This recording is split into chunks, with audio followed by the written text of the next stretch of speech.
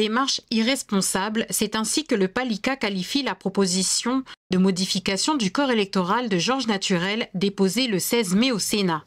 Dans un communiqué envoyé à la presse ce matin, le parti indique que le sujet du corps électoral ne peut être traité en dehors d'un accord politique global. Même réaction du côté de l'éveil océanien qui qualifie la démarche d'irresponsable et de dangereuse.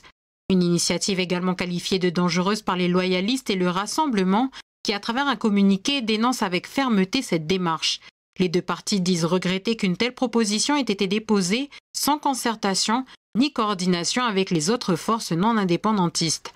Une démarche jugée inacceptable également par Un cœur, une voix, l'association qui milite pour l'ouverture du corps électoral. Elle juge le projet déposé par Georges Naturel comme, je cite, « une trahison des idéaux de la République », ce projet abandonnant 43 000 Calédoniens exclus de la liste électorale provinciale. Contacté, le FLNKS de son côté juge la proposition du sénateur déplacée alors que le dialogue entre responsables politiques doit se poursuivre sur un certain nombre de sujets, dont celui du corps électoral, un thème que le ministre des Outre-mer prévoit d'aborder avec les forces politiques qu'il compte réunir avant la fin du mois de juin. Pour le FLNKS, ce n'est pas aux parlementaires français de décider à la place des Calédoniens. Pour Georges Naturel, à l'origine de cette démarche, cette proposition de loi organique est médiane. Sa proposition prévoit de donner le droit de vote aux personnes nées en Nouvelle-Calédonie et qui y ont leur centre d'intérêt matériels et moraux, les personnes ayant eu le statut civil coutumier, les petits-enfants de citoyens calédoniens et toutes les personnes ayant un de leurs ascendants nés en Nouvelle-Calédonie et y ayant ses intérêts. Monsieur, bonjour. Bonjour, ça avance. Ça avance. Doucement mais sûrement. Doucement mais sûrement.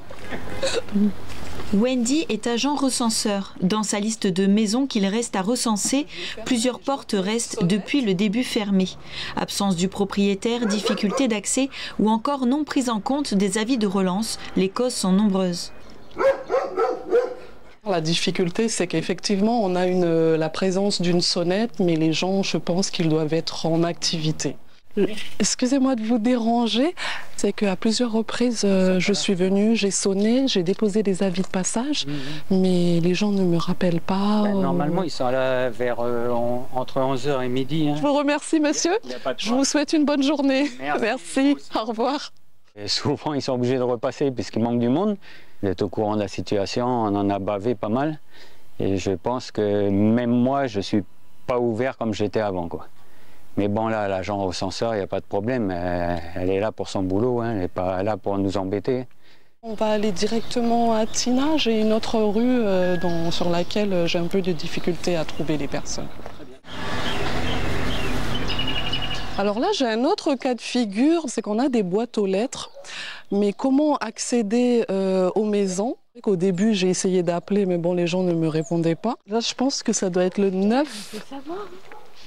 Après quelques hésitations, Wendy, accompagnée par le contrôleur et le superviseur, a tenté de chercher la maison de cette rue qui n'avait jusque-là pas donné signe de vie. Après quelques sonneries, le portail s'est finalement ouvert. L'entretien resté anonyme a duré quelques minutes.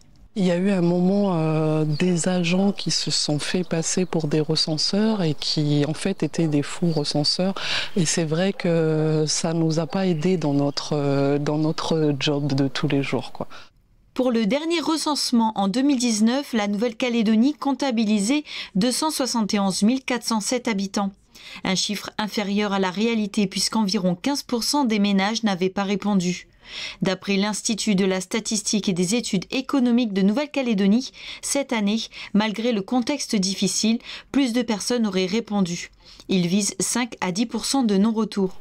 À ce moment, on approche des 80% de logements qui ont déjà été enquêtés. Ça veut dire que, on va dire, 205 000 Calédoniens ont déjà répondu. Avec un week-end et jusqu'à jeudi soir, on doit être capable d'avoir un taux de collecte tout à fait convenable pour être capable d'établir des chiffres fiables. Les comptages de population, elles, seront publiés d'ici fin juillet. Si vous n'avez toujours pas été recensé, vous pouvez encore vous manifester en appelant le numéro vert de l'ISEE au 05 20 20 de 8h à 20h. Non, vous avez eu donc 53 passages ce matin là. C'est ça, exactement. 100 francs, pas 200. Depuis tout à l'heure, j'ai déjà empilé depuis tout à l'heure. Merci.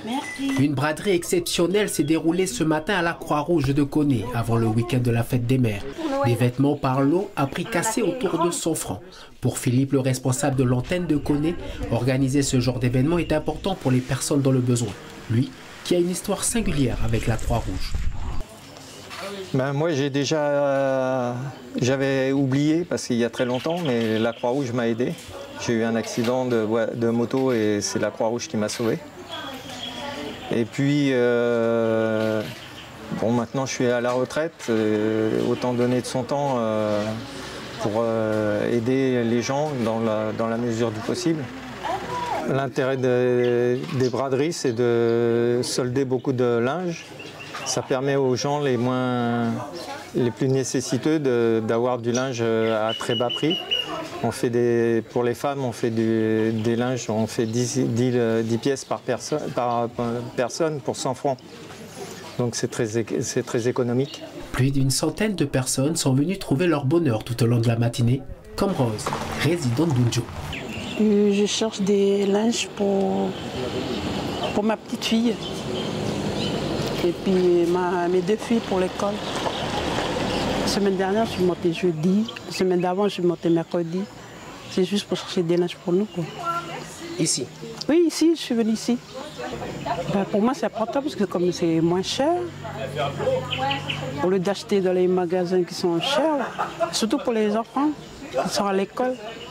Voilà, on vient ici pour les Croix-Rouges ou les secours catholiques. Une opération qui a rencontré un franc succès.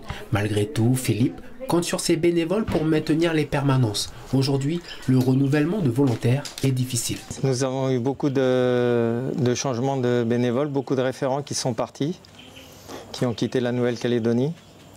Donc nous sommes toujours à la recherche de bénévoles actifs pour les remplacer, pour participer aux actions que nous menons. Donc s'il y a des gens qui sont intéressés, n'hésitez pas à nous contacter. C'est vraiment un grand besoin qu'on a d'avoir du monde pour participer à tous nos projets. En plus de cette braderie, la Croix-Rouge de Koné sera ce week-end devant les grandes et petites surfaces, concernant la grande quête nationale qui se termine le 25 mai. Pour rappel, elle consiste à récolter des fonds afin de venir en aide aux plus démunis. Donc c'est que des nœuds. Et en fait, en fonction de la tension, de l'orientation du fil, ça donne des petits bracelets sympathiques, simples à faire, simples à porter tous les jours. Isabelle est artisane. Elle confectionne principalement des bijoux en micro-macramé. Bracelets, colliers ou encore boucles d'oreilles sont visibles sur son stand.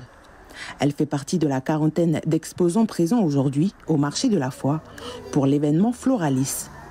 Cette exposition-vente se veut être la vitrine des jardins de la région avec une multitude de plantes vertes et de plantes à fleurs. C'est surtout les... comment t'appelles ça là?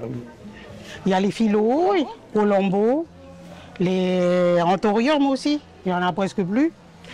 Et puis les plantes que tu plantes dans le jardin, quoi, comme la famille des houpuis, tout ça. Cet événement se déroule sur 3 jours, spécialement pour la fête des mères. À l'approche de la fête des mères, on va retrouver un petit peu des cadeaux pour toutes les bourses. C'était l'idée, c'est de mettre en avant aussi le savoir-faire de nos mamans. Et puis voilà, c'est l'occasion d'échanger, de partager des bons conseils sur les plantes, de venir voir l'artisanat. C'est des artisans du village qui exposent ici. Donc avec des bijoux, des sacs faits maison, de la peinture sur verre. Enfin, il y a vraiment une belle occasion de faire des cadeaux pour la fête des mères qui arrive. Par curiosité, on vient voir les plantes. Et puis peut-être un cadeau pour ma femme. Et on fait le tour et après on verra. Vous êtes fixé un prix ou non? Pas spécialement, mais bon, après, il faut quand même être raisonnable. Vous avez jusqu'à demain pour trouver au marché de la Foi un beau cadeau à offrir à votre maman. Dans la région, toujours pour la fête des mères, Kanala a débuté son événement Kana Florali aujourd'hui et sera suivi par Kwawa jusqu'à vendredi.